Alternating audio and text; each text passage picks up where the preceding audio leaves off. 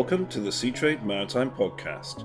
In the second bonus episode for the half-year markets review, we focus on container shipping with Maritime Strategies International.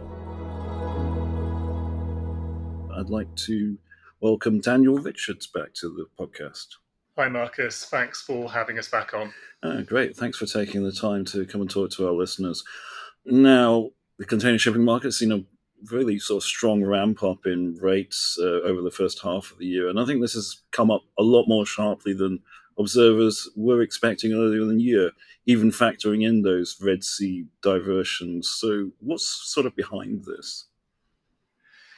Yeah, there's no doubt that the scale in particular of the spot market increases has been stronger than the consensus and certainly we expected. I think the delayed or second order impacts of the Red Sea diversions have been quite a lot greater than expected. I think at the start of the year, the general narrative, the general expectations people had would be that, you'd see as those diversions started to happen, there'd be an initial spike in freight rates that would probably last up until around the Chinese New Year, at which point factories would close, blank sailings would be put into place, and lines would be able to get their networks back into order. And then there'd also be a kind of constant flow of new vessels joining the water to help those networks run on time and without massive losses of capacity. And then we'd probably think that, well, rates would cool down going into Q2 and likely only really then ramp up with peak season. That emphatically is not what's happened.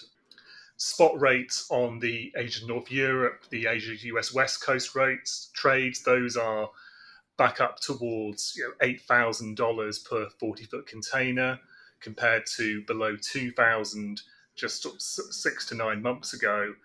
And it seems that it's a mix of drivers. Trade data has generally been a bit better than expected. We were actually pretty optimistic coming into this year. I don't think the strength of demand growth, which is around 6% year over year in the first 5 months of the year, that's not much above what we were anticipating coming into the year. But there is some possibility that volumes have been brought forward as container shippers are trying to anticipate and avoid delays and supply chain problems. So that's one issue. A need to add additional vessels to the trades impacted by the Cape of Good Hope diversions, that's prevented the addition of extra capacity on some of the unaffected trades like Asia to US West Coast. You've seen a big increase in problems with port congestion in select hubs. That was initially mostly in the Mediterranean, where the empty circulation of empty container equipment wasn't happening as it normally would. You were seeing containers piling up in storage yards at transshipment hubs. That's been followed more recently by a major increase in some of the Southeast Asia hubs, Singapore, Port Klang.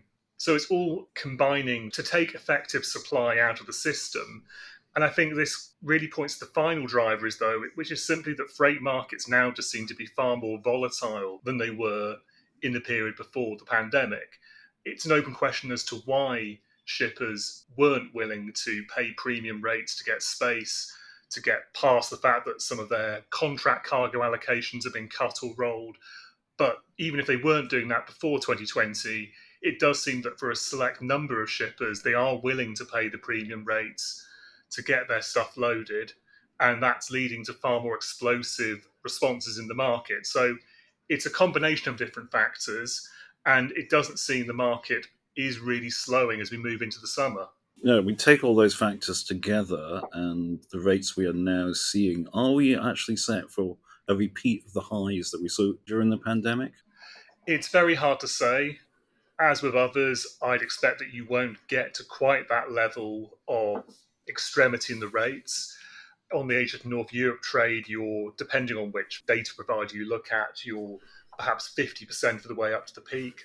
That's a smaller gap in the case of the US West Coast, where there aren't actually any direct impacts from the Red Sea and the Cape of Good Hope diversions. Much depends really on how long the crisis lasts. The big factor that drove up wider average freight pricing, so freight rates on all trade routes across spot and contract business. And that's ultimately what drove the profitability of the lines in 2021 to 2022.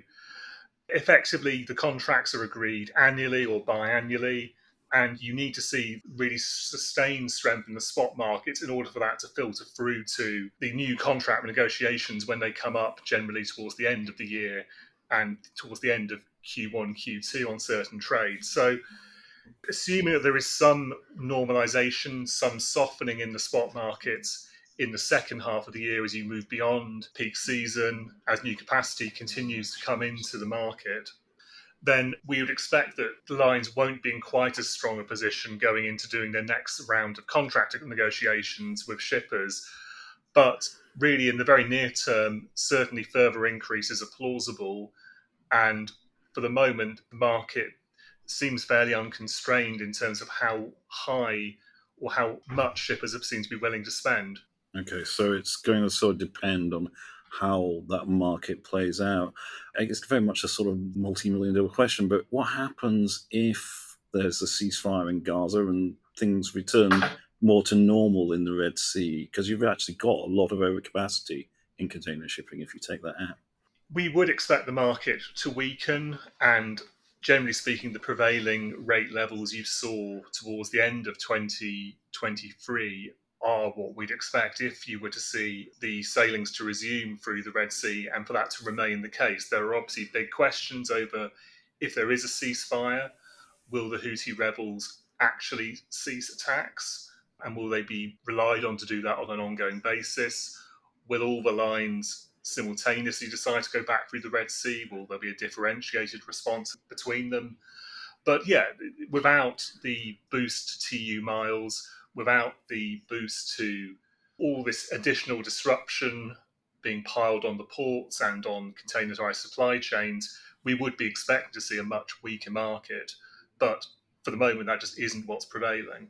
Yeah, so that all depends on what happens in the broader picture. Just look at the market in general. And it was a theory I heard from another analyst, which was that container shipping is actually just becoming more volatile, much like the tanker and dry bulk markets, and it's becoming a more mature shipping market in that sense. It's definitely become more volatile. And I think that if you look at the way that liner companies and some independent owners have gone out again to renew their ordering of new build container ships. Significant volumes of new orders have been placed or are currently being negotiated. That does suggest that there's confidence that even if this immediate crisis gets resolved and there is some renewed pressure from oversupply, whenever the market does tighten up again, you're going to see a more volatile response, which compares to the sort of 10 or so years you saw before the pandemic. It's still a liner business. It's operating in a different way to bulk tanker or dry bulk shipping. You obviously have hundreds of individual shippers agreeing to pay these freight rates for each individual sailing rather than an individual oil refinery or steel mill or coal-powered power plant agreeing $1 per ton rate to hire an entire ship. So that probably will reduce some of the very extreme volatility you'd see in some of the spot markets in the bulk sectors. But yeah, it does seem that the pandemic and those markets uncorked something and has just led to a more volatile response.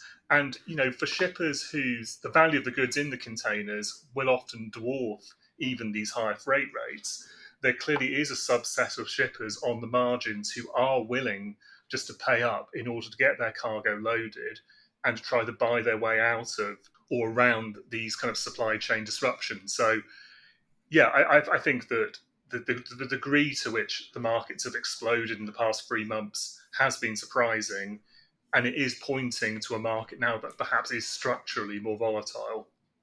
Okay, so we are potentially looking at a structurally different market going sort of more into the future. That's a very sort of interesting sort of point to kind of dwell on at another time.